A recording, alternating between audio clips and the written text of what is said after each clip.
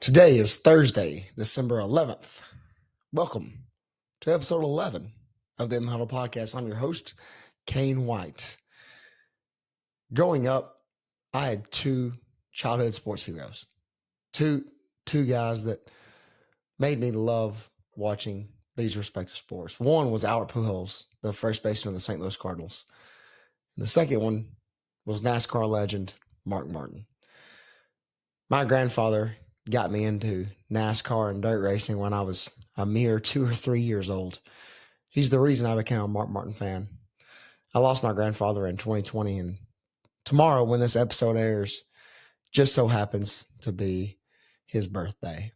And so I think he is going to be proud of this one. Today's intro is just short and sweet because I want to get out of the way so you can hear from this amazing guest. He's a 40-time NASCAR Cup Series winner. He's won across multiple other divisions of NASCAR and on dirt. He's a class of 2017 NASCAR Hall of Famer from right here in the great natural state of Arkansas, a Batesville, Arkansas native, Mr. Mark Martin.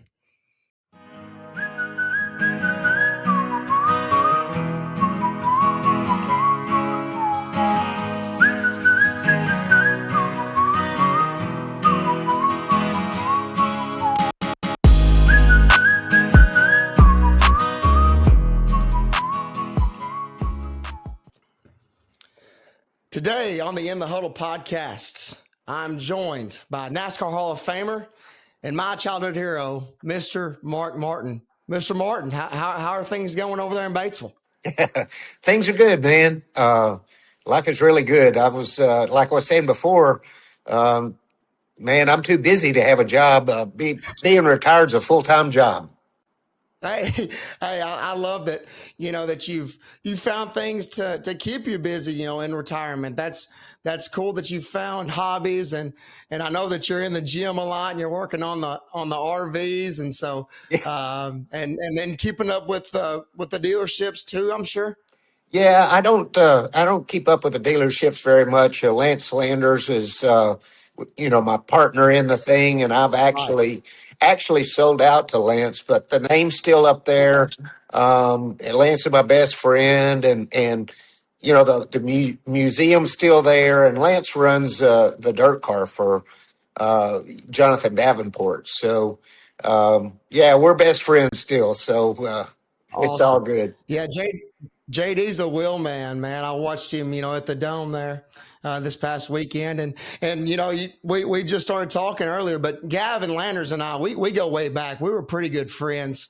I was a crew man for Kyle Beard for a couple of years. Okay, cool. And so me and Gavin go way back. So did you get your lift in this morning? That's my big question. Yes, I did. I did. I don't miss them. What did that consist of? Just I do different things. I've got kind of a 3-day split, and then I'll take a day off, and I do chest and shoulders one day. I do kind of arms and leg, a modified arms and legs day, and then I do back and rear delts Gotcha. one day. So that's kind of the routine that I've kind of worked myself into. I kind of like that. I'll take one day off or maybe 2 days off after those three. And, no day is sacred for me. Working out on, Christmas morning ain't nothing for me. So I don't care what That's day it right. is. I just do my thing. Man, you got some self-discipline, that's for sure. What's your favorite lift when you go into the gym? Like, what's the one that gets you the most freaking pumped up? Well, I love squats. A good, strong feeling squats, awesome. I love a deadlift. If it's a good, strong one, feels good form and everything. I like military press and shoulder press. Yes. I like that. I get shoulder pump. So it's my addiction. No different than being addicted to a drug or anything else. I mean, it does for me what drugs do for some other people, So Right. it's just been my thing since 1988. Man, that's awesome. That's awesome. And you kind of paved that way into fitness and racing, and that's really cool that you've done that. And I see that in the weight room with our kids. When they get addicted to it, man, it just transforms their bodies, and that's great for them. Yeah, and it's great for you mentally too. It's really good for your state of mind. When I go in the gym, everything else get turned off, and I just it's sort of my little mini escape.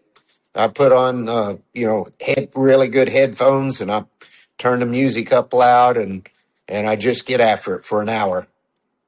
I bet there's some Gucci Mane in those headphones, huh? Oh, almost every single day. I love that.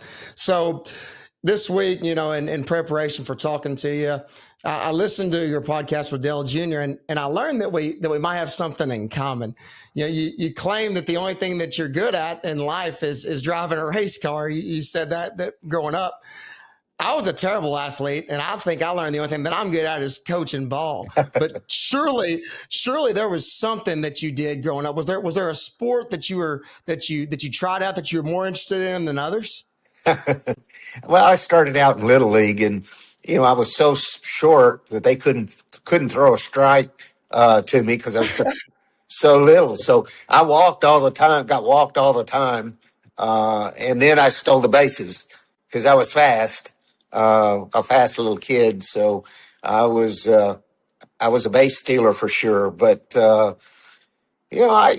wasn't any good at it, but I kind of enjoyed basketball even though Okay. wasn't really very good in it at it. I played just with the buddies in the neighborhood, and I always kind of enjoyed that. But I was really just not much. I started racing. Well, I started riding motorcycles when I was 10 and wanting to race them, and then I started racing when I was 15. So you know, I I was just that was my thing, and not so much sports. And I never was Fair. really a that much of a sports fan. I kept the blinders on and kept that laser focus. And part of the reason that I was so successful, I believe, is because I just, that's all I thought about, racing the car and the ways that I could perform better. In today's age, you need to study your driving and improve your driving. In my era, all I knew was I could beat whoever the fastest guy was, whether it was Larry Phillips or Wayne Brooks in Batesville, or Larry Yeah. Phillips or Dick Trickle or Dale Earnhardt. Right. If I made my car good enough, I'd win. And so I stayed focused on race cars and what made them go fast. Setup stuff, aero stuff, and the tires. I love that. And that kind of actually led into my next question. During your ASA days and during your dirt days, you were so innovative in your way of thinking and your out of the box thinking. And I tended to be that way as a coach when I was a head football coach. Where did you pick up that knack for being so innovative and out of the box? Trial and error. Very good. That's how we learned back then, was just trial and error. I used some common logic to go to point me in directions of what to try. But I just we just that's all I ever thought about. And so I would just go to the racetrack, and I'd have a plan to try this and this and this. Whatever practice session we had, I would have some things laid out to just run through and sort through. And as I gained knowledge, I was able to start to innovate. First, it was just trying different things, but then I had I got hooked up with Ray Dillon, and he was very good for me because he could build things that I could see, that I could Okay. vision, that I might not be able to build. And so he was very helpful. So we designed and built a chassis that just pretty much turned the late model pavement racing on its head. Right. Everybody in the world had to buy one. All my competition, Rusty Wallace, Dick Trickle, just everybody you can think of. Plus, the guys down south like Butch Lindley, David Pearson, heck, even Earnhardt bought one for his, off late model races in the Wow. '80s. So, everybody had to have one. It was a pretty cool experience, and then that kind of propelled me into NASCAR, and I did sort of the same kind of thing. And it was. It was a really good time. I got to work in NASCAR. I got to work with some of the greatest people, mechanics and engineers and minds in motorsports. And that was a really cool experience to be able to do all that. Awesome. Yeah, and that kind of led into another question I had is early in your career, you're building all this, you're innovative, you're setting stuff up.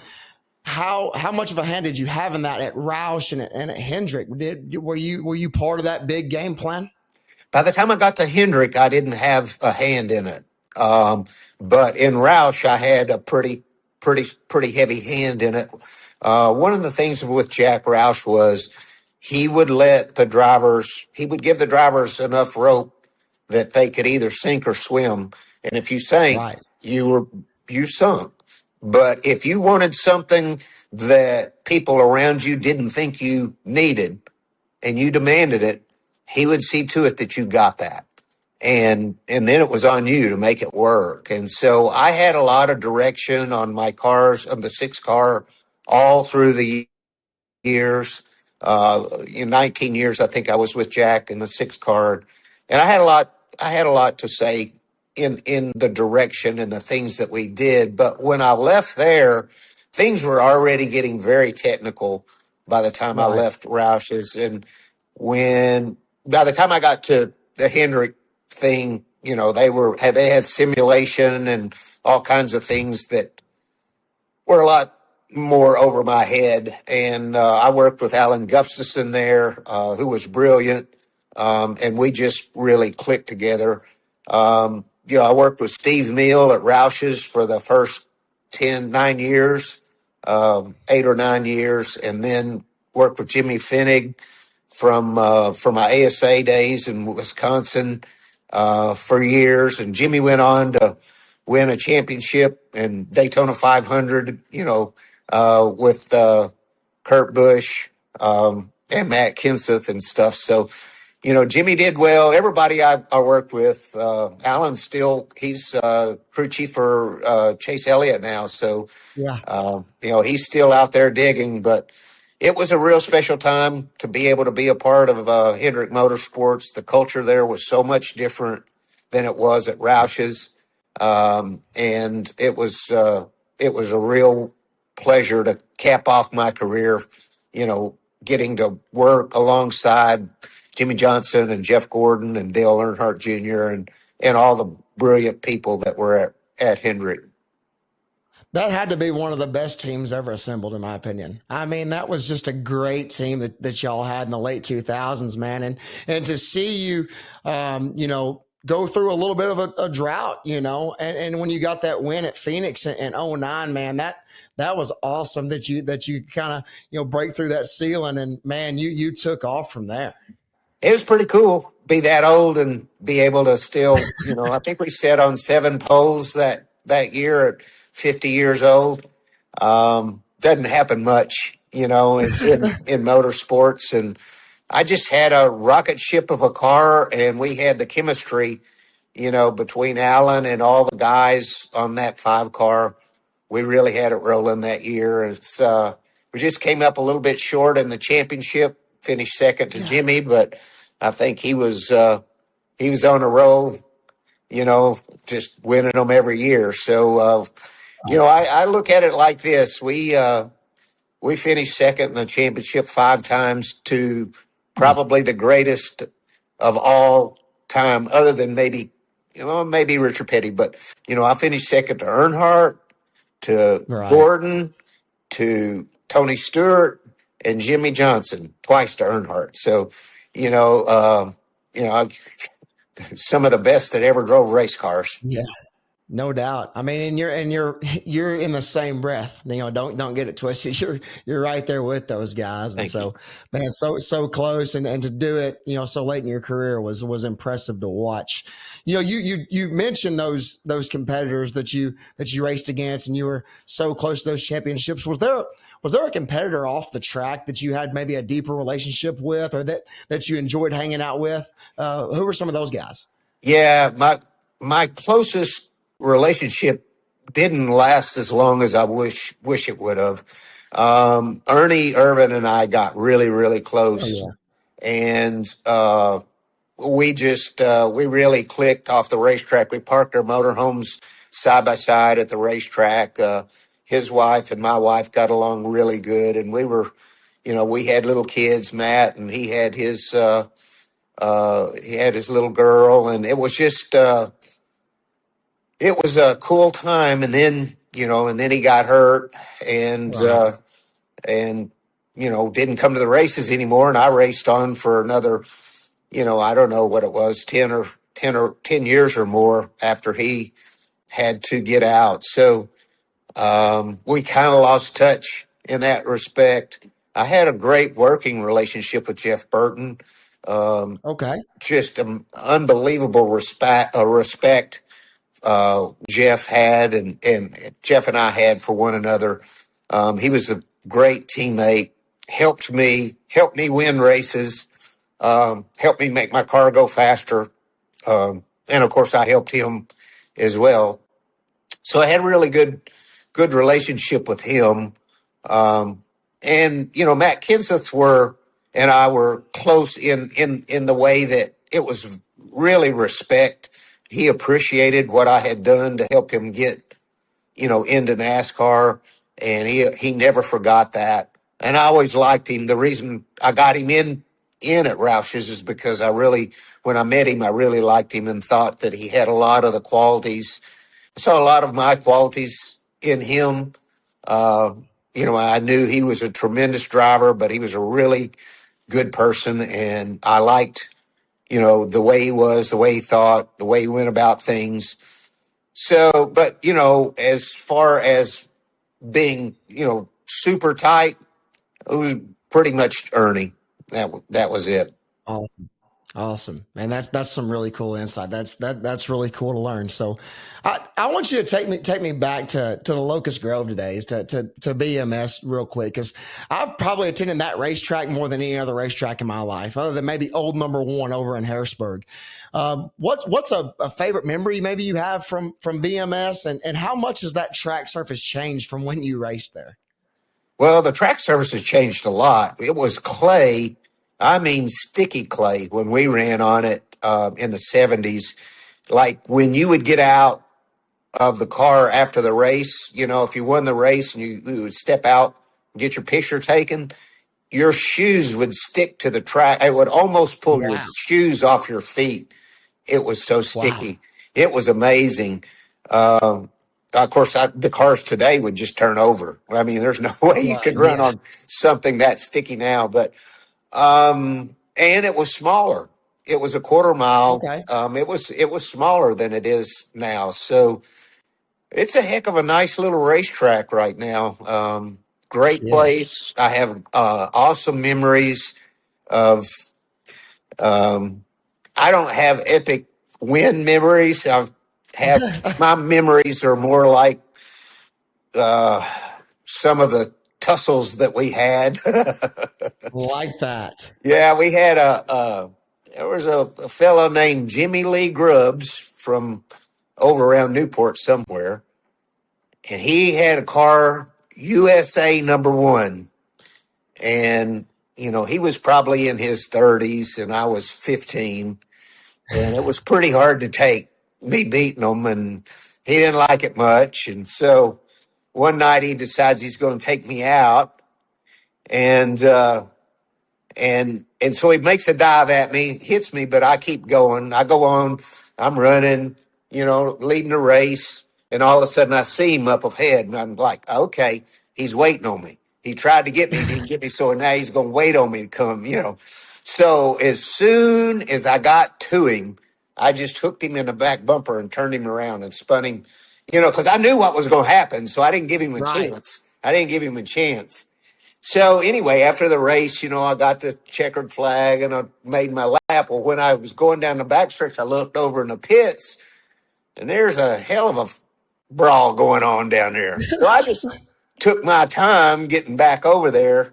But my uncle Rick Milligan had run out of the stands all the way to the pits and got his hands on Jimmy, and I guess a fight broke out. So anyway, those are the things that I remember. Really, we did manage to win some races. Uh, Wayne Brooks was the guy. That's And right. Larry Carson was the guy in late models, but I raced 2 years in the 6-cylinder class before I started racing late models. And my late model had 3-link rear suspension, and we had heim joints, of course, in the Panhard bar, and every week the heim joint would break in the Panhard bar. Um, Okay. and so after several weeks, my dad finally found some aircraft grade heim joints. And so, after that, we never had any more problems. But before we got that fixed, we also went down to Shreveport for a race. And we about got a whooping down there because when the Panhard bar would break, a lot of times the spring would fall out, the rear spring would fall out. And the second time the spring fell out and hit this guy's car, he brought it over and he was pretty much wanting to punch at somebody. So I remember stuff like that, just, a lot of good times. Just being a kid. I was just a kid, That's just right. having fun, racing cars. That's what dirt racing is all about. It's probably not quite as wild as it used to be in terms of fights, but man, that's just the local dirt track at its finest. And so, but you were right, man. They've got that track in pretty good shape. I've been to the Topless almost every year of my life, and past few years, man, it's been a good show. Yeah. Yeah. It's a great racetrack. And, I'm glad they have the Topless and the Bad Boy 98 or whatever, have those big Right. races or, that's really special. They didn't have, the track wasn't doing as well in the 70s when I raced there, but it's great to see them have big shows and see guys that from all over the country come in there and get to run there and maybe some of them get the chance to come by the dealership and see all my hardware from all my years of racing that's on display there. That's right. You sure do got a lot of it. So speaking of some of that hardware, I'm kind of all over the place here, but I want you to take me to '93. You have a 4 race win streak, man. When you rolled up to the track, were you just hanging the old driver's suit over your shoulder with confident as can be, or was it just business as usual? Well, we were pretty fast earlier in the year and should have won some races and had some things go wrong. So we were really fast, but we were the bodies. We had we didn't have the bodies like I wanted them. Like on my Bush Okay. car, I had the bodies like I wanted. On the Cup car, they weren't like I wanted, and I was getting some pushback from the guys in the shop about lowering the roof, down to minimum height, Right. 3/4 of an inch high, which raised the nose a lot, and we were giving up a lot of downforce that we could be taking. So I went to Jack and I told Jack I wanted to leave. I had a long-term contract, but I told him I wanted out. And he's like, "Why?" I said, "Because I can't get the bodies like I want on the cars." And he said, "Why not?" And I said, "Well, because they say, that you would have to take carburetor spacer off of it, and they say you wouldn't do that." And he said, "Well, that's not how you race. You build a car and you make it the best car you can, and then you put the engine in it. The engine's just a part of the car." And I'm like, "Oh, you are a racer." So we've been together for 4 or 5 years, and I didn't know that Jack, because engines were everything to Jack. So, and horsepower was his thing. So, never dreamed that he would take my side on it. So we went to the shop that next week, and we told the guys that they were going to be doing hanging the bodies on them like I wanted. And just so happens when we debuted them babies, we won 4 races in a row. And that's Wow. not it. That's not it. We went the next race after Darlington, which was 4 in a row, and we had won 3 in a row in the Busch car too. So it was like 7 Wow. NASCAR races in a row. And then we go to Richmond, and I'm leading Richmond almost a half a lap ahead, just lollygagging because I know NASCAR's going to bust us for, stinking up the show.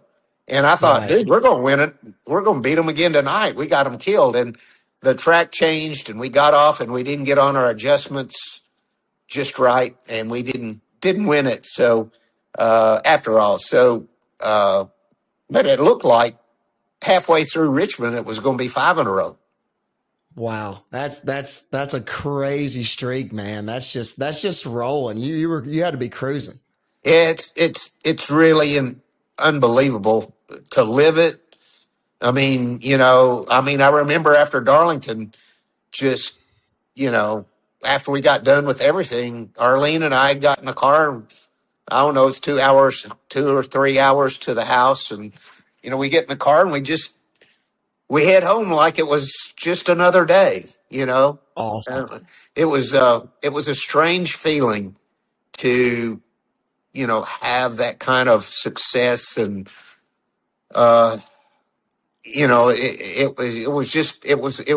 was weird. It was euphoric to be that badass, and be Heck on it. yeah.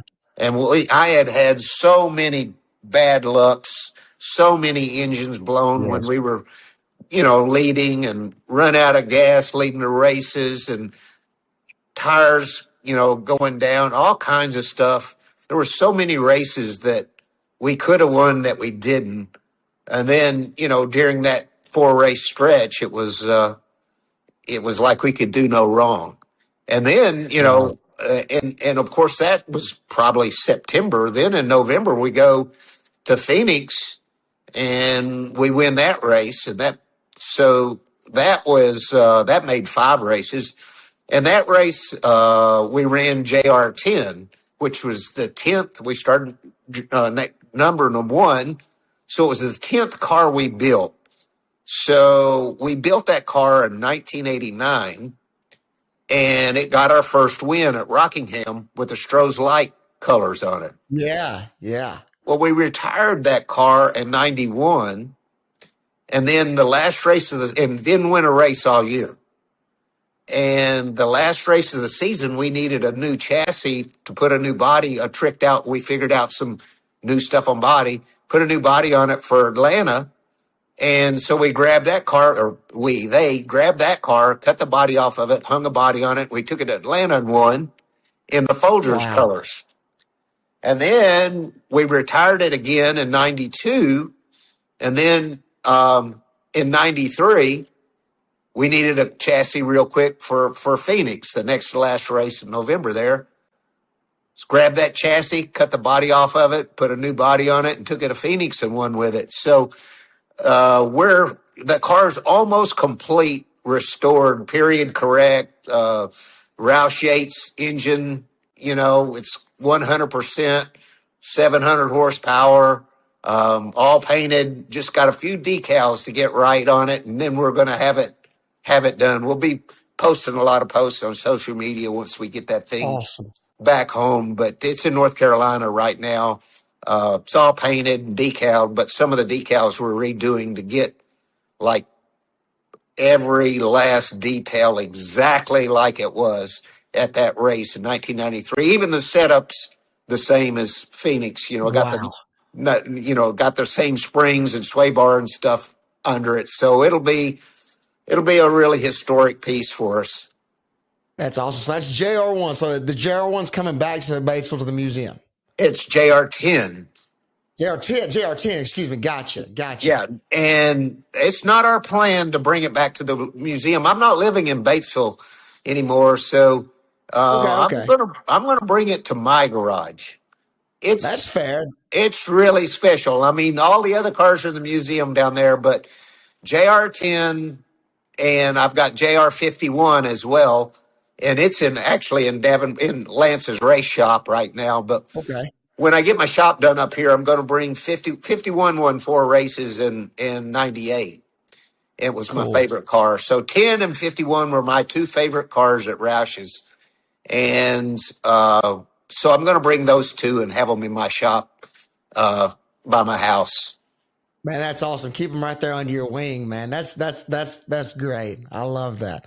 I love that. So you kind of answered my next question in a way, so was that the most confident you were in a car, or was there another car that you had that maybe you felt more confident in, or was it those two? Man, I tell you, that JR51 was just, it was a beast. I mean, like I say, we won 4 races with it. And, we probably had 10 cars, 9 or Right. 10 cars. So you didn't run, the same car that many times. And we had a sister to it that was JR52 that also won I ran it in the All Star race because I wanted to run 51 the next weekend, and I was afraid it'd get wrecked. So I ran 52 in the All Star race, and we won the All Star race with it. So, Yeah. but we don't. I don't know what happened to 52. It's crazy. 51 got tested after the last race of 1999. We put a bumper on it that Ford wanted, and we took it to Atlanta and tested it. Okay. And NASCAR saw it and said, "You ain't running that bumper. You're not going to approve it." Somehow or another, that car wound up not getting back to Roush's. It went to the NASCAR Tech Center. And then from there, somehow it got to South Carolina, actually near Rockingham. And it was under a lean to Wow. outside all those years. And it was still had the Atlanta Springs in it, my seat, Wow. everything. I mean, it had not been, most cars that you restore had other lives after Right. you raced it. They got sold to ARCA teams. Like I have my 2005 All Star Win car, but it raced 7 or 8 years in ARCA.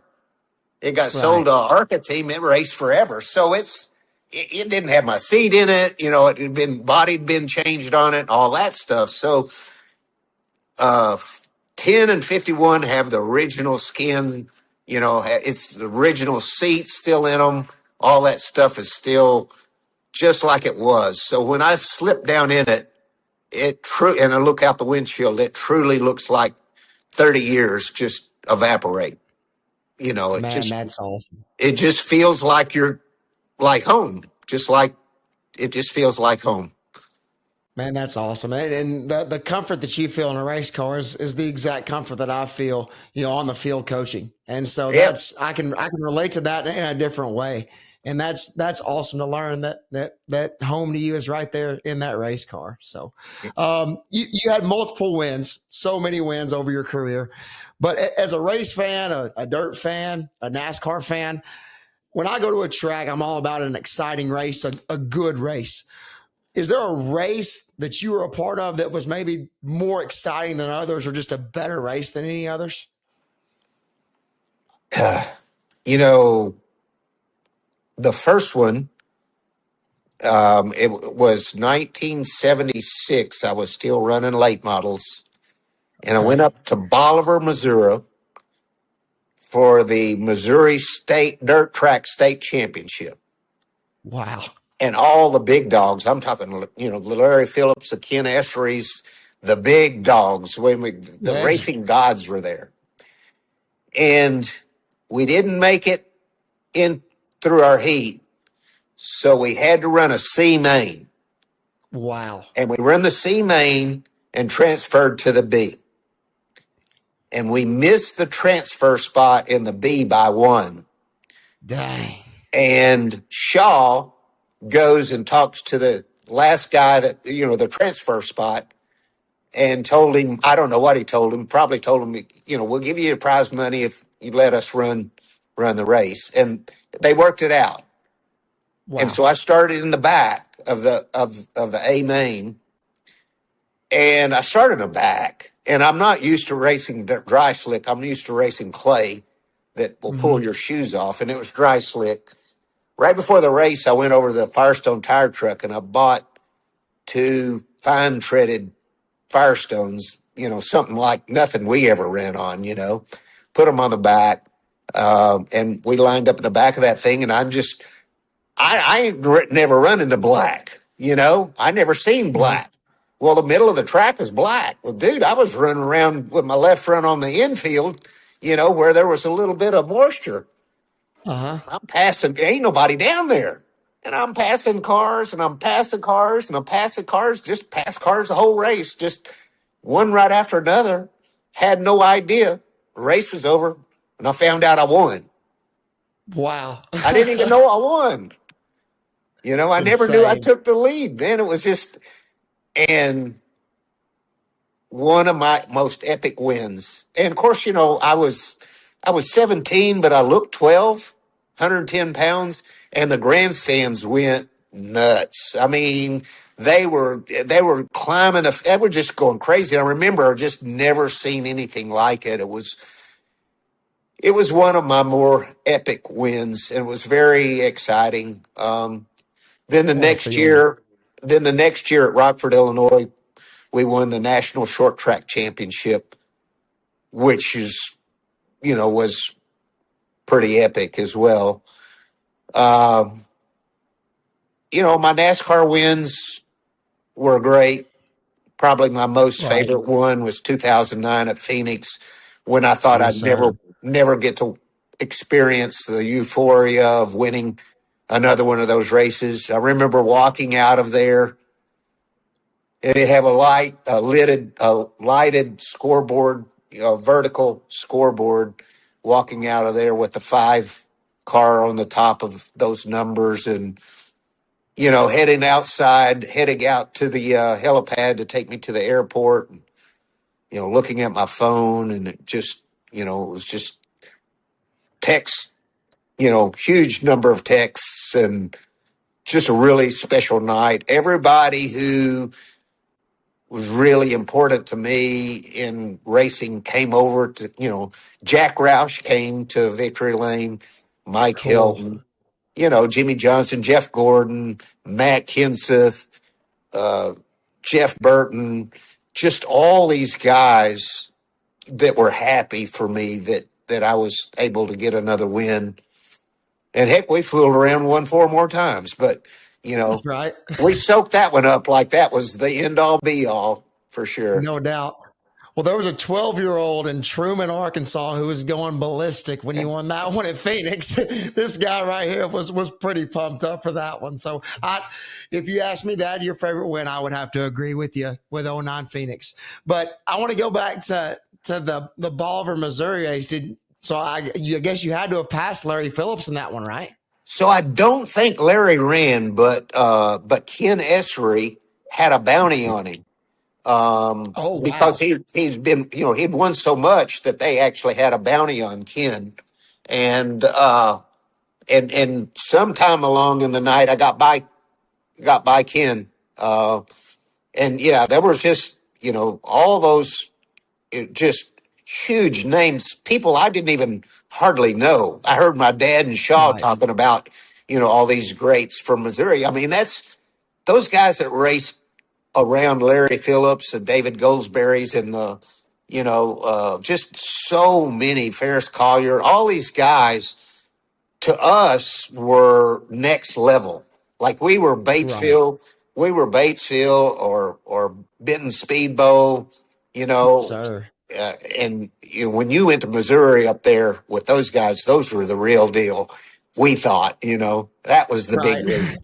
And so, yeah, there was a lot of great ones. Uh, I have seen in the a few years ago, I saw a finish rundown of that race, and I was amazed, at who was in the race because obviously, I was oblivious to most of it. Everything just happened in a whirlwind. It was pretty crazy. Awesome. I love that. So we've kind of really gone all over your career and talked about your dirt days, a little bit about the ASA and the Bush stuff, your NASCAR stuff. Of all those, I've got kind of two questions. One, what was your favorite track you ever raced at on any level? And then two, what was your favorite looking car that you ever drove? So my favorite track, number one, was Dover. I Okay. loved I loved Dover. Uh, I had a couple of late model favorites, Slinger, Wisconsin, Uh huh. and Wisconsin International Raceway, which is up in Kaukauna, Wisconsin, up by Green Bay. Those two were real high on my list, but I just love Dover. It's just such a huge, high banked, high Yeah. speed. You can drive so aggressively. Uh, ah, yeah, I really loved it. And obviously I listened to you with Dale Jr. and y'all had a bit about how in qualifying how hard you would charge into the corner early. And so Dover definitely fits that mold. Yeah, I liked racetracks where you could get aggressive and make speed. That's why I hated Martinsville because any time that you pressed for a little bit more, you would go slower. So every Right. time I tried harder, I just went slower. And my record on in black and white doesn't look bad at all. People would look at it and say, Right. "You ran good there," and I say, Yeah. "I did not." It was terrible. Just it was so difficult for me to Right. be that disciplined. I was disciplined, but not in a way that worked for Martinsville. It takes discipline to run the bottom of the racetrack, the white line. I had people always ask me, "How do you do that?" And I was like, "I don't know. How do you run up there in the middle? It's slow up there. I make Right. speed down here in the bottom, but just different driving styles, I guess. My style didn't, only way I knew how to go faster is to give it more gas, and that just spun the rear tires at Martinsville That's and burned right. them up. So I didn't know how to. I couldn't figure it out. Every time I gave it gas, I spun the tires and burned them up. Man, just get this guy on a high speed track. We don't want him on a Martinsville. Mark's a hot shoe over here. Yeah. And so your favorite looking car that like, man, you're getting ready to get in this thing. You're like, man, this thing looks freaking sweet. What was your favorite one? Probably my 1981 AS or late model. Um, I got a book coming out this summer, and there'll be a couple of pictures, photos of it. But it's Sweet. it. I mean, we had rules, but it's not quite a dirt track wedge body, but it's a wedge body, Right. wedged to the limits of the rules in 1981. Um, Beyond that, the six car that JR10 is going to be in the livery, the Valvoline livery. Oh Uh, yeah. that paint design worked so well on that. That Thunderbird. It's just iconic, and Yes, so it that is. that was really, really a good looking car. But it's still second to me to my late model from 1981. I love it. Get back to your roots on that one. I'll have to pick up your book. I'll read every freaking word of that thing. It's going So to be a long book. Prepare to spend some time. I think it's I don't know what it's officially. It's at the publisher now, but something like 460 pages. So let's it's go. it's just there's a lot to talk about. I don't I didn't want to. I wanted to spend a lot of time with my childhood and uh, my the details of coming up and learning and coming through Right. the ranks, through the six cylinders to the late models to the ASA cars to NASCAR, and then falling on my face and losing everything and going back, having pretty much going bankrupt and having an auction and selling everything I owned and going back to Wisconsin and starting again from scratch, from ground Right. zero, and building my career back. Because most people know about what I did in the six. Most fans know about what I did in the six car, Right. and but they don't know about how I got there, Of and course. and how I got there shaped who I was when I drove the six car. Greatly shaped, who I Yeah. was and the decisions that I made and the loyalty that I showed with Jack Roush and all that. So that's real a real important part of the book. Man, that's awesome. And the way that you faced adversity through those times. I always listen to that bit and in Dale Jr.'s podcast. But man, any person in life that has the ability to face adversity like that and build themselves back up, man, that'll make you a man or a woman. I mean, that's huge to be able to claw back. And that's why I tell my players all the time is, this adversity that you're going through is going to make you who you are. And so, man, I truthfully appreciate that about you, that it wasn't always easy for you, and you always fought through and found a way. Well, it it may very well have not worked out if I would have. I was so close to uh, to being a NASCAR Cup winner by 23 years old. I mean, Right. so close. I got offered the 28 car, the Yes. one that went to Daytona and set on the pole in 1982. I got offered that car and turned it down. If I would have taken that car and had I been successful in driving it, I hate to think how I would have turned out. The beating that I took, the beat down that I took, uh, really humbled me and made me appreciate. And the whole reason one of the big reasons I didn't take that ride was loyalty. Right. I had three full time employees, uh, and I was getting free engines, and I would have never been able to do what I was doing in 1981 if it hadn't been for those free engines. And uh, I had so much help. And what am I supposed to do? Just say, bye, guys. I got me a big fat contract. I'm going to be making all this money and I'm going big time. I Right. just, I thought, I can do this myself. I can do it. Love I that. can do this. I can do this and take my guys and we can go do this. And I was wrong. We collapsed. It was a bigger feat than I recognized. I didn't have any idea. I went and I ran the full NASCAR Cup season with two race cars and no money, Wow. and no money. And Junior Man, Johnson's was sitting over there with seven cars painted and lettered before the Daytona 500.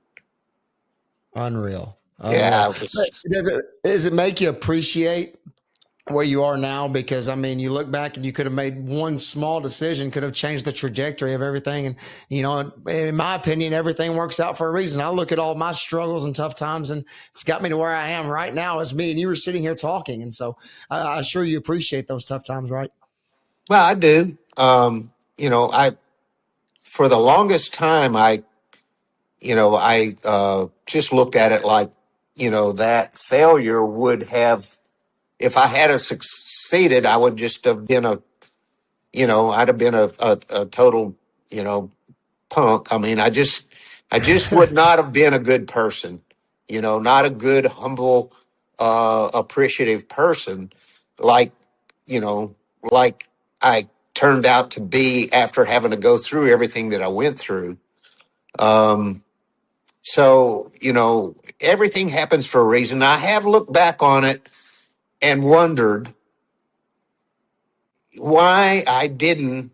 I was so determined to do my own deal. But why Right. didn't I just say, well, Waddell, I got three full time employees and I got this engine deal.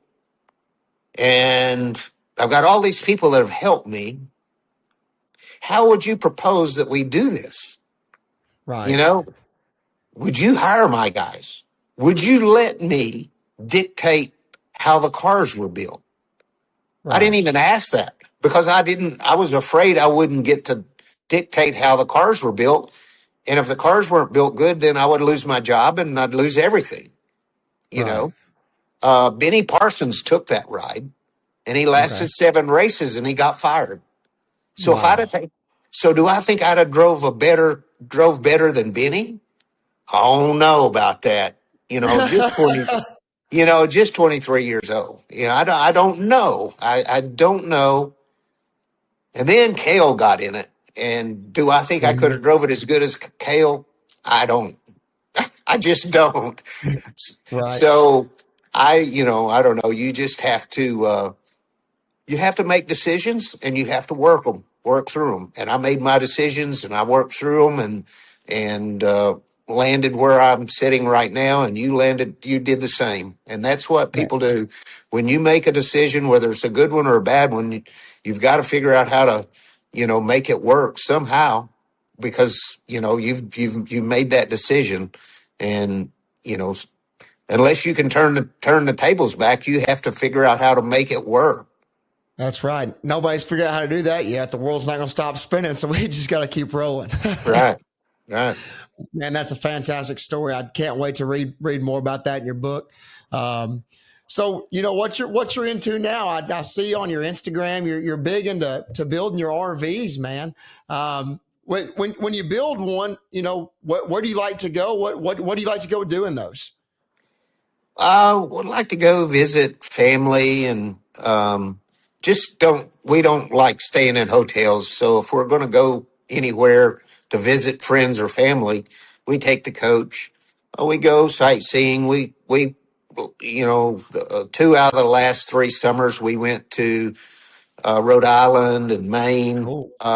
in the fall. It was pretty cool. We go out to California, getting ready to go in just a couple days. We'll go out there for about 3 months and hang out with friends and stuff out there. But the biggest thing is that we just we go sightseeing or we go. We've made a lot of friends that like RVing too, and so we just I really enjoyed it. It takes the place of a race car for me because Okay, when I was young, you built a race car over the winter. You raced it all year. You worked all year trying to improve it and make it better. And then when the season was over, you built a new one that's better than the last one. that's right. And so this is more like a 3-year cycle with the coaches. You know, you build one, tops the one before by a lot. Uh, in the next 2 years, they come up with technical, advances and technology and different things, and you figure out ways that you want to use the coach that you could configure it differently, and you just build an improved version. So it's been the last 4 coaches have been 3-year coaches. Now this one I'm building this time, I plan on keeping longer, um, 5 years or more. I don't know. Depends on what they do with the engines, diesel engines. The 2027 EPA regulations for the diesel engines looks to me like it's going to be pretty crippling to the engine. Maybe not, but it was going Gotcha. to require an entire redesign of the back of the Newell coach Okay, to accommodate the 2027 Cummins engine. So I've got a hot rod where I can put compound turbos on it, pick up a couple hundred horsepower, there you go. make that 65,000 pounds go up mountains at 55 miles an hour instead of 32. Hey, So he's still a hot shoe, man. Still a yeah, hot shoe in the coach. it ain't about going breaking the speed limit, but That's I right. sure, but I sure as heck am not interested in going 32 miles an hour up a mountain. I can't There you stand go. it. So, yeah. So anyway, this one may be a keeper for a while. We had one, got one in 2007, and we had it till 2014. Um, and we just, redid some stuff in the inside, changed up some leather or upholstery or something like that. So Right. that's kind of what I'm thinking we'll do on this one. This one's going to be really special. It's got a lot of tricked up stuff done to the engine, and the technology has moved along since the last one, and so I'm really excited about the dash and a lot of the technology stuff. So I'm pretty psyched about it. It's a lot of fun for me. I can maintain it. I can change my own oil. I can work on it. Yeah. I can maintain it. Something breaks on it all the time. Something needs to be fixed, and it's very rewarding. To when I fix stuff. That's what I do with most of my time. I fix stuff. I break something almost every day or tear something up. So I keep myself busy because I'm like a demolition derby around me. So, yeah, so it gives me something to work on and to clean and manicure and take care of. I love it, man. That's awesome. I'm a big traveler too. I don't have a coach of my own, so I've got to drive the Jeep or fly. Um, so I'm actually headed to Daytona in February for the first time, going to the 500. So it's a Wow. bucket list thing of mine. Never got to do it, and it's for a little bachelor trip. Is there anything that I need to see while I'm at the track or in Daytona? What would you suggest I do while I'm there? Well, I think the racetrack itself is going to be just phenomenal. I haven't Right. been to it since the major facelift, and the grandstands they built on the front. It's so much more entertainment fan friendly than it used to be. I would have to think that. My first trip to Daytona for the 500 was 73, Okay. and I just remember, you know, all the palm trees just mesmerized me, Right. just totally mesmerized.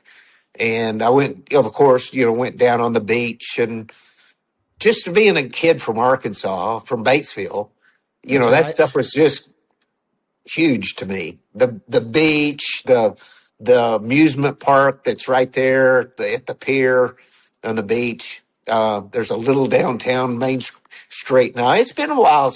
We lived down there for 20 years, That's right. but I haven't been back to Daytona since 2014. So Okay. I'm not sure how the little Main Street and all still is, but it used to be really historic and really cool and have a little amusement park and stuff there. So something that you would want to check all those things out, but just enjoy the palm trees because you don't see many in Batesville.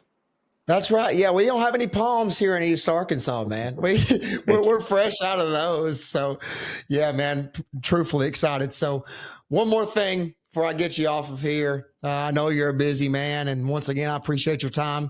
Little lighthearted deal to finish. We know you're a Gucci Mane fan. You called him the goat. Is there any other rapper that you'll play other than Gucci Mane? Is there one that you like? Yeah, Big X, the plugs. Yes, Uh, sir. yeah, that will work. Uh, Big Scars, okay.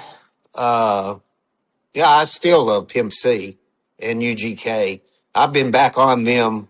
Just watched a YouTube about Pimp C and UGK and stuff, and got me back on them. So I made me a new playlist. But um, I like Dolph.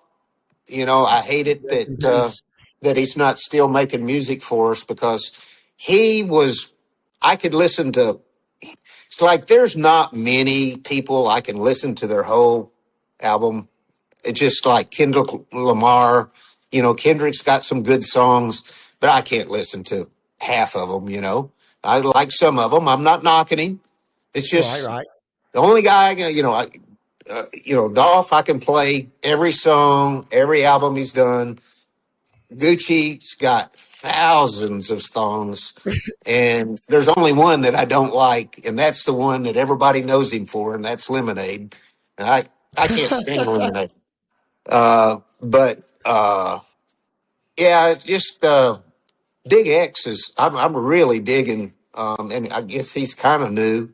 Yeah, But Gucci's got a few, a few proteges that he's signed that does some pretty good stuff. But you know, it's just I'm hard to please. I like my stuff really, really. You know, uh,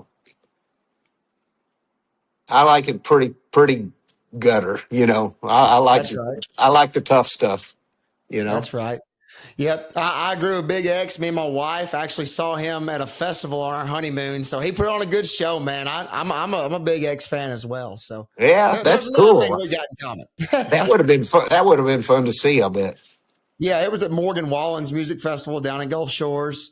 Mostly country, but man, he made an appearance, and man, that was one of my favorite acts of the weekend. So I love that about you, man. So well, Mark, I I can't thank you enough for spending an hour with me. Like I told you, the 4-year-old Kane White that had your race car on my birthday cake is freaking out right now. Man, I've learned so much, and thank you for turning me into a race fan as a young child and really shaping the way my life looks. You truthfully did. I mean, if I didn't get into racing, I wouldn't have ended up being a crew man for a dirt late model in college, and so thank you for producing exciting moments for all race fans and just for all you do for the sport. I can't thank you enough, Mark. Well, I appreciate it. It's been fun to be on with you, and I hope you keep up the good work. Man, I'm gonna do my best, and so you keep up the good work in the weight room and in the RVs, and I'll be keeping up with your RV progress, and I'll be one of the first ones in line to get that book. All right, that sounds good, man. All right, appreciate you, Mark. Thank you.